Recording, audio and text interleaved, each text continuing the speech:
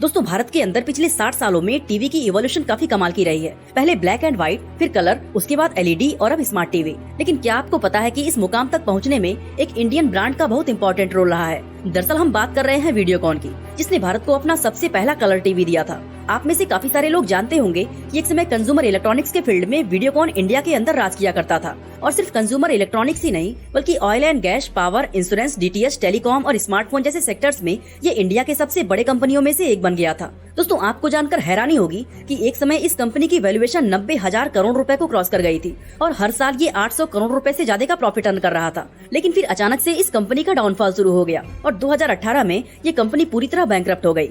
अब दोस्तों आप भी ये सोच रहे होंगे कि वीडियोकॉन के इस डाउनफॉल के पीछे वजह क्या थी। इतनी बड़ी कंपनी जो एक समय पूरे इंडिया पर राज कर रही थी, वो इस तरह बर्बाद क्यों हो गई। ये सारी चीजें हम आज की इस वीडियो में जानने वाले हैं। तो चलिए वीडियो को शुरू करते हैं।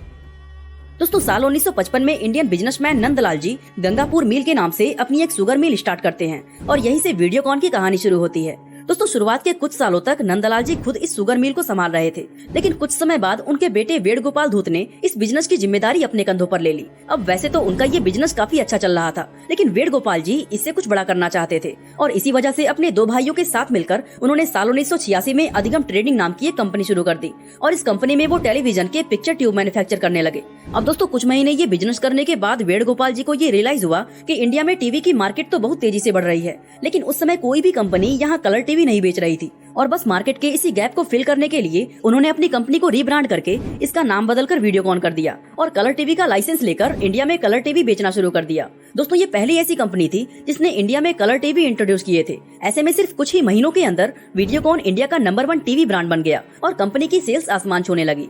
अब दोस्तों वीडियोकॉन ने इस सक्सेस को सिर्फ टीवीज तक ही लिमिटेड नहीं रखा, बल्कि 90s के दौरान उन्होंने वॉशिंग मशीन, फ्रिज, एसी और माइक्रोवेव जैसे होम अप्लायंसेस भी बेचना शुरू कर दिया था। और कुछ ही सालों में वीडियोकॉन इतना पॉपुलर हो गया कि उस टाइम इंडिया के हर एक घर के अंदर वीडियोकॉन का कोई न कोई प्रोडक्ट जरूर होता था। अब दोस्तों वीडियोकॉन जब कंज्यूमर इलेक्ट्रॉनिक्स के फील्ड में भी सक्सेस पा गया, तो इनके ऑनर ने सोचा कि क्यों न इसे और भी ज्यादा डाइवर्सिफाई किया जाए और इसके लिए वो बिल्कुल डिफरेंट सेक्टर्स में एंटर करने लगे।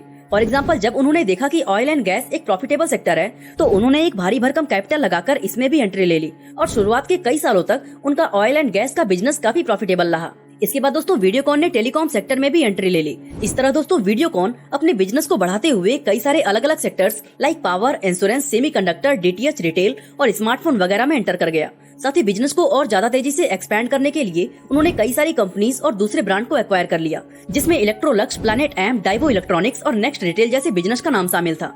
अब दोस्तों यहाँ तक देखें तो वीडियोकॉन के लिए सब कुछ बहुत ही अच्छा चल रहा था, जहाँ वीडियोकॉन हर साल 800 करोड़ रुपए का प्रॉफिट अर्न कर रही थी। इवन 2008 में वीडियोकॉन का नेट प्रॉफिट 854 करोड़ रुपए था। लेकिन दोस्तों अनफॉर्चुनेटली ये प्रॉफिट इस कंपनी के लिए इसका पीक पॉइंट साबित हुआ और यहाँ से इसका डाउनफॉल शुरू हो गया। अब आप सोच रहे होंगे कि वीडियोकॉन तो पिछले कई दशकों से लगातार ग्रो कर रही थी, फिर अचानक से इसका डाउनफॉल कैसे होने लगा।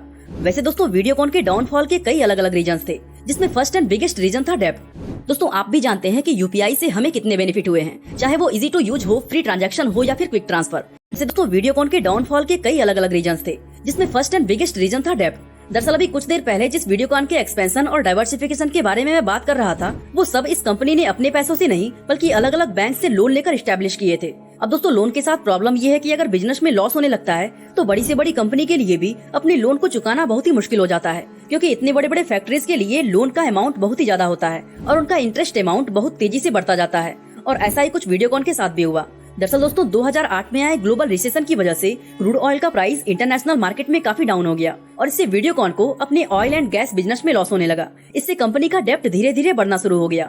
इसके बाद दोस्तों वीडियोकॉन को दूसरा बड़ा झटका साल 2012 में लगा, जहां 2G स्कैम की वजह से सुप्रीम कोर्ट ने उन सभी कंपनीज के स्पेक्ट्रम कैंसिल कर दिए जो 2008 में अलॉट किए गए थे। और कोर्ट के इस फैसले में टोटल 122 कंपनीज के टेलीकॉम लाइसेंस कैंसिल हुए थे एंड अनफॉर्चुनेटली वीडियोकॉन भी उन्हीं 122 कंपनीज में से एक था। अब दोस्तों लाइसेंस कैंसिल होने की वजह से वीडियोकॉन को बहुत बड़ा लॉस हुआ, जिससे साल 2013 में कंपनी का डेब्ट बढ़कर 37,000 करोड़ रुपए को क्रॉस कर गया।